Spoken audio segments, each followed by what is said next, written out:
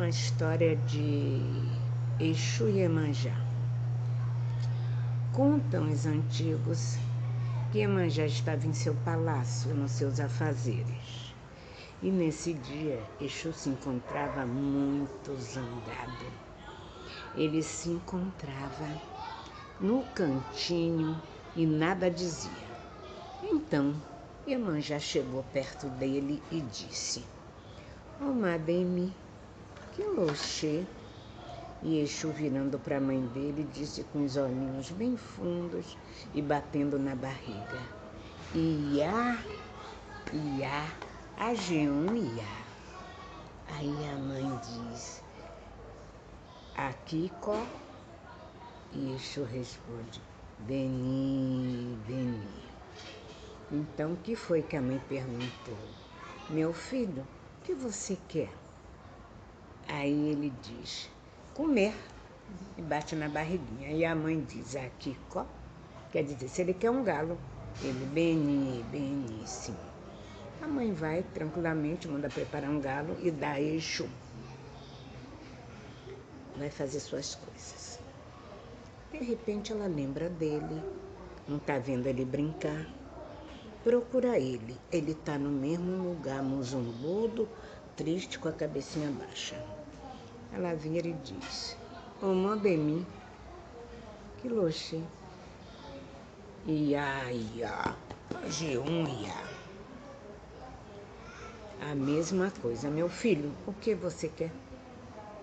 Aí ele diz: "Mamãe, mamãe, eu quero comer." Aí ela diz: "Agbo, beni, beni."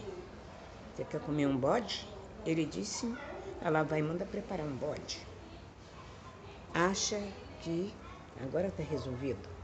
Manda preparar o bode. A criança come o bode. Ela vai fazer suas coisas, que o palácio é muito grande, muitos afazeres. Quando ela sente falta do filho dela, que está sempre junto, que ela vai lá ver, o menino está no mesmo lugar, zangado. Então ela vira e diz assim: "Ô Mademi, que loxê." Aí ele: "Iá, iá, Ajeum iá, Malu." Aí ele diz: "Beni, beni." Ela já está zangada, muito zangada. E pergunta a ele o que ele quer. Ele diz que está com muita fome e que ele quer comer um garrote. Garrote é um filhote de boi. Manda preparar o filhote do boi e manda dar para o menino. Ela diz: "Bem, agora ele não me aborrece mais." Ela foi fazer as coisas, deixou o tempo passar. E o tempo passou, passou, passou. E ela deixou a noite chegar. Ela lembrou do filho. Aí quando ela chegou no mesmo lugar, ele estava. E já tinha chegado a noite. E já estava escuro. Ela chegou muito zangada e disse: "Ô Mademi, que você?" Aí ele se levantou devagarzinho e ela em pé na frente dele. Ele se levantou devagarzinho, devagarzinho, foi crescendo, abriu assim as mãos muito grande, foi se aproximando do rosto da mãe, foi aproximando as mãos do ombro da mãe e abriu uma boca desse tamanho e disse: "Iá, iá, Ajeum iá." E abriu aquela boca imensa. E a mãe foi, num repente, pegou ele pelas tranças, que esconde a faquinha que ele tem na cabeça, e foi arriando ele, até chegar no chão e disse: "A sua mãe sou eu. Que você pediu, eu lhe dei. De hoje em diante, se você quiser comer, você vai trabalhar." E pegou ele e jogou porta fora. Por isso que tudo que a gente faz, trato com Exu, paga ele com comida.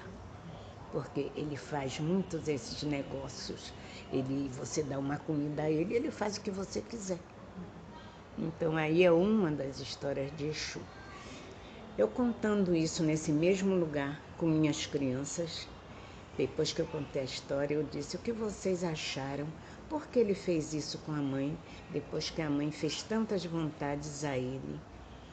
Aí a criança virou e disse: ora, minha avó, que devia ter uns 11 anos, sabe por que ele fez isso com a mãe dele? Porque ela deu ousadia, não deu limite. Viu? A criança de 11 anos como entende exatamente. Ela fez vontade, fez. Ela ia fazendo. Mas ela, em nenhum momento, talvez ela não tivesse perguntado por que você está assim, qual é o motivo.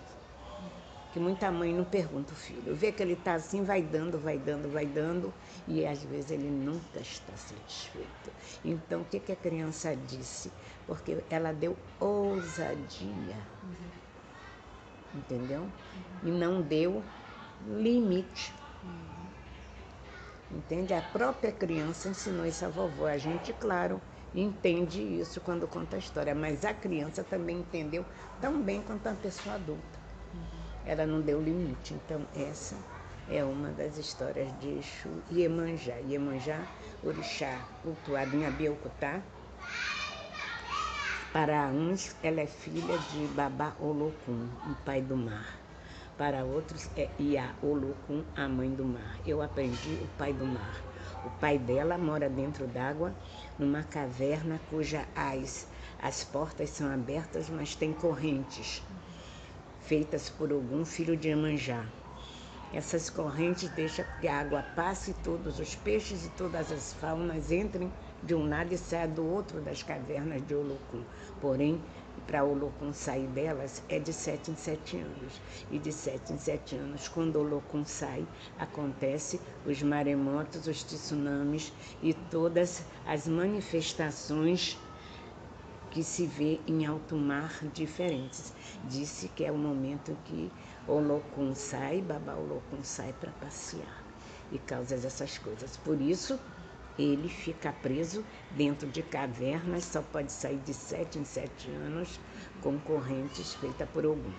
Iemanjá tem uma irmã que chama Oké, que é uma pedra, são aquelas pedras porosas que ficam no mar. Iemanjá sai de dentro do mar e se adapta à água doce, que são os rios, né? Por isso a sua saudação é Odo, Odo, Odo, Eruia, Eruia, Eruia. Odo saúda ela como senhora dos rios e Eruia, dizem que é a onda do mar, e como a senhora da onda do mar. Sua irmã, Oké, fica junto com o pai, cuida do pai, é aquela, como é que a gente diz? São umas pedras porosas, porém tem que se saber a pronúncia certa, porque Oké é montanha, Oké é a senhora da água, porém confundem uma orixá chamada Iê Oké.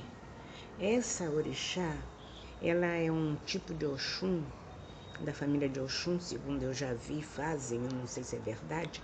Ela usa um arco e uma flecha, é uma caçadora também. Então eu não saberia a pronúncia certa para dizer quando, no caso, eu estou me referindo a orixá irmã de Iemanjá. Então isso só quem sabe Yorubá para mostrar essas diferenças. Tá bom, Bia? Iemanjá seria a mãe de todos os orixás, né? Ela que Iemanjá é a esposa de Obatalá. Em algum momento, em Ifá, tem que se ver o Odu, ela é a mãe de todos os orixás. E a mãe de todos os seres humanos é Nanã. Iemanjá foi casada primeiramente com Ifá Orumilá. Do seu casamento com Ifá Orumilá, ela teve 2 filhos. Uma filha chamada Agê, que é da riqueza, orixá da riqueza, que é simbolizada por uma grande concha. E tem o seu filho chamado Orungan, que é um menino que tem 4 braços. Esse menino vive na atmosfera, é ele que propicia o oxigênio ao ser humano, que teria também desejado a mãe dele. Iemanjá foi casada com Obatalá, onde ela pare a água doce, a água salgada, o sol, a lua, Exu, Ogum, Oxóssi. Ela pare Xangô, ela pare Dadá, ela pare Baiani, ela pare Orixabi, que é também ligado às doenças. Ela cria o Molu e depois ela é casada com o rei Iquirê, que ela não tem filhos nenhum de Iquirê. Antes de casar com Iquirê, ela se casa com Erinlé, que é um caçador, ora está dentro d'água, ora ele está na floresta, mas eu penso assim, que é um pouco difícil para falar. Quando ela sai do mar, Olokun dá um talismã que ela usa no pescoço. Quando ela estivesse em perigo, ela quebraria esse talismã. Porém, ela tem de Oxalá esses filhos, tem de Orumilá esses filhos. Depois ela se casa com... Erinlé? Não. Exatamente, o rei Iquirê, de Iquirê,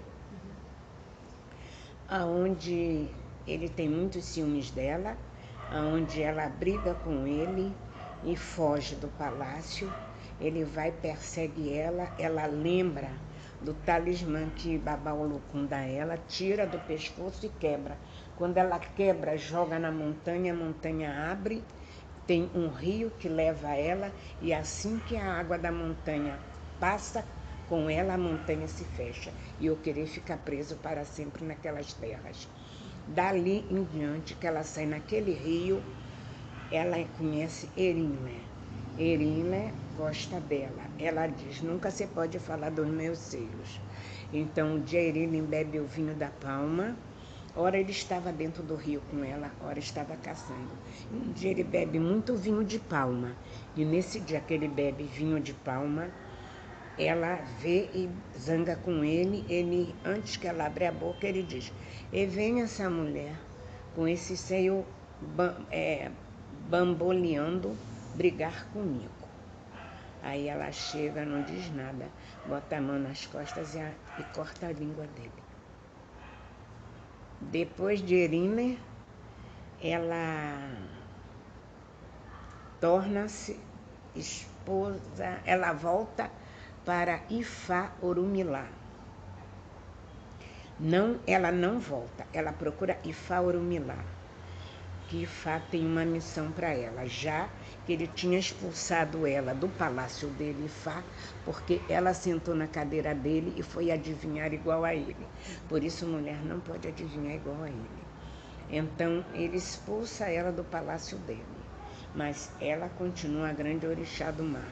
Então, ela recebe um chamado de Ifá, e ela vai ver o que Ifá quer.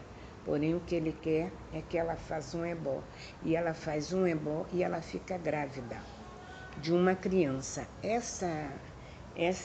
Ela já tem um tempo de idade. Porém, para essa criança nascer, ela todo dia tem que tomar banho de rio. Ela tem que ir para um rio e acompanhada de outras crianças. E no caminho, ela sempre tem que dizer: Oreiê, oreiê, oreiê. Então, até o dia que ela sente que vai ter o bebê. Então, ela, todas as vezes que ela tomava banho, as crianças juntas. Então, o dia que ela sente que vai ter o bebê, então, ela vai para um lugar, tira as crianças de perto e tem o bebê. Só que o bebê é muito frágilzinho, muito pequenininho e frágil. Então, ela entra dentro d'água com um bebezinho e as crianças dizem oreiê, lembra oreiê, aí ela começa a banhar a criança vai tomando corpo. É muito frágil, muito pequenininha. Então ela vai apresentar a criança a Orumilá. Orumilá diz, eis nossa filha. E depois pede a criança a ela e ela entrega aquela criança a Orumilá. Aquela criança é criada por Orumilá e ela continua a missão dela na terra, dentro do mar. Então, essa criança tem um dom de interpretar o que o pai joga. E essa criança também é assessorada por um Exu que Cici não saberia dizer.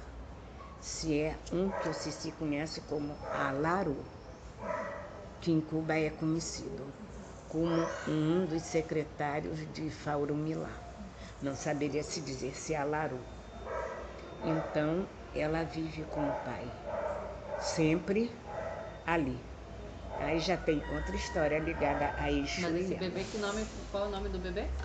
Da criança? Olha, esse bebê, o nome dele total está no livro de, acho que é Salabi, é um babalaô. A Salami. A Salami, porque... Babaquinque, né? Porque na realidade, Oreieieu, ele é uma frase muito grande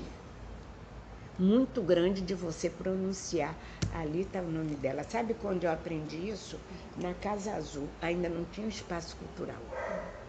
E eu não guardei o nome da criança todo. Então, eles diziam esse nome, que é a corruptela, é condensado o nome dessa criança, que é Oxum. Tá bom? Tá ótimo, obrigada, Cici. Depois você edita direito.